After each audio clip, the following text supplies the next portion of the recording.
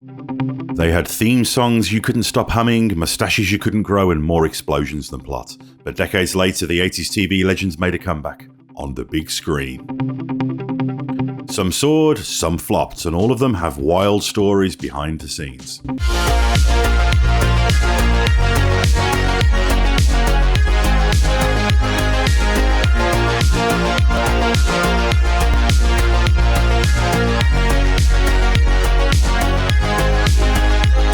Fact 1. The A-Team movie was 15 years in the making. If you love it when a plan comes together, well, it took a long time for this one to happen. The A-Team TV show ended in 1987 after 5 seasons, and the film adaptation didn't hit theatres until 2010. That's 23 years later. But the movie version was first pitched in the mid-90s, right after the Mission Impossible reboot took off. So what happened? Studio rights bounced between Universal and Fox. Multiple scripts were scrapped. At one point, John Singleton, Too Fast, Too Furious, was set to direct with Ice Cube as B.A. Baracus.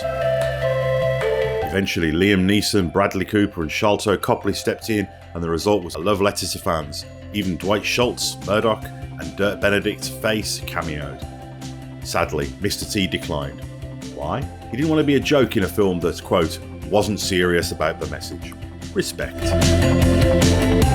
Fact 2. 21 Jump Street was never supposed to be a comedy. The original 21 Jump Street was all brooding undercover drama, part teen soap, part cop show starring a babyface Johnny Depp. So when Sony Pictures announced a reboot starring Jonah Hill and Channing Tatum, fans were confused. But here's the twist. Jonah Hill's version started as a gritty reboot. Then Sony pivoted mid-development to make it a self-aware action comedy. And it worked.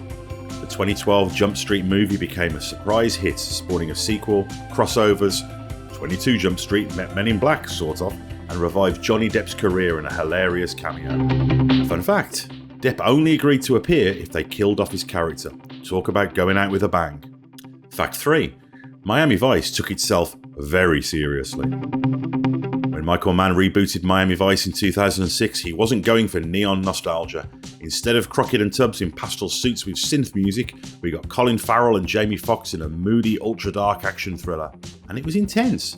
Like real gunplay, DEA raids, and actual on-set danger intense. Jamie Foxx allegedly walked off the set in the Dominican Republic after a nearby shooting, forcing a rewrite of the film's ending. The reboot ditched the vibes for grit, but it earned cult respect for being Miami Vice in spirit, slick cars, identity crises, and undercover drama. Bonus trivia, Michael Mann said the film is a continuation of the show's universe, so canonically, it's the same Crockett, just moodier.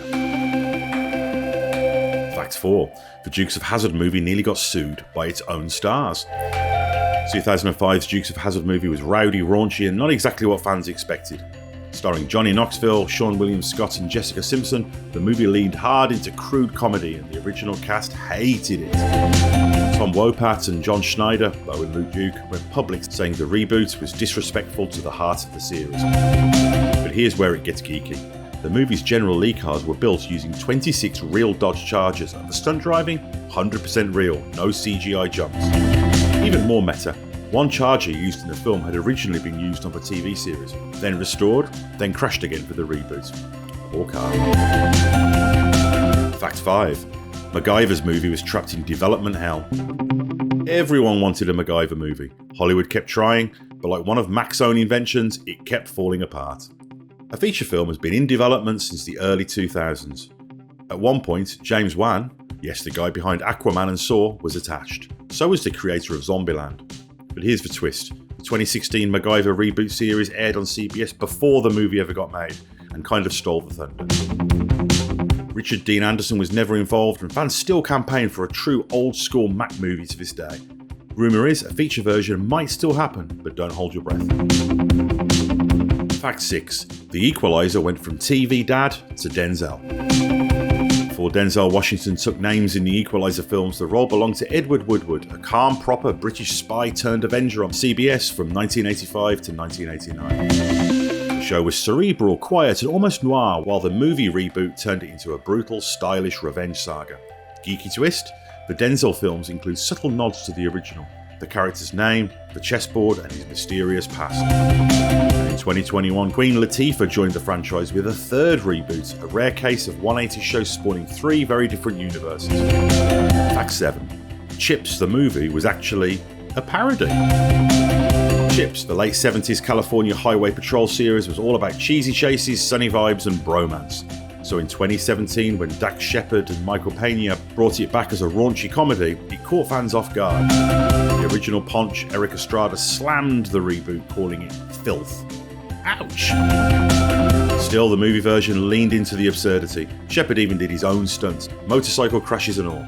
That's some geek dedication. Fact 8. The Fall Guy movie took 40 years to hit theatres. Lee Majors made The Fall Guy an 80s cult favourite. Stuntman moonlighting as a bounty hunter? Come on, that's genius. Fast forward to 2024 and Ryan Gosling is finally bringing him to the big screen with Emily Blunt in tow. It's been in development since 2010, but the real geek trivia? The film's stunt team is made up of actual veteran Hollywood stunt performers, making it a tribute to the real Fall Guys. And yes, Lee Majors has a cameo. The legacy lives on. Fact 9. V went from Alien miniseries to movie rumours. The 1983 Alien Invasion series V wasn't just weird, it was bold. Nazis as aliens, body horror and full-scale resistance.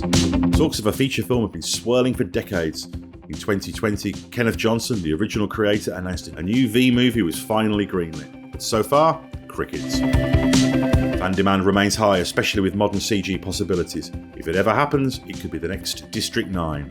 Or the next Battleship. Fact 10. Reboots fail when they forget the heart. The pattern is clear. 21 Jump Street, The Equalizer, The A-Team found success because they honoured the original show's souls, even if they changed for time. But reboots that miss the point, like Chips or Baywatch, usually tanked. Not because fans hate change, but because they hate feeling like the past is being mocked. In the end, 80s TV wasn't just about catchphrases and car chases, it was about characters, comfort and community. Get that right, and you've got a hit. What 80s TV show do you want to see turned into a movie next? Knight Rider, Airwolf, Simon & Simon but gritty? Drop your picks in the comments, and while you're down there, hit that like button like it's the horn on Kit's dashboard. Subscribe for more geeky facts, deep cut trivia and the retro rewinds you didn't know you needed. And remember, if it's got synth music, mustaches and explosions, it probably came from the greatest decade of TV.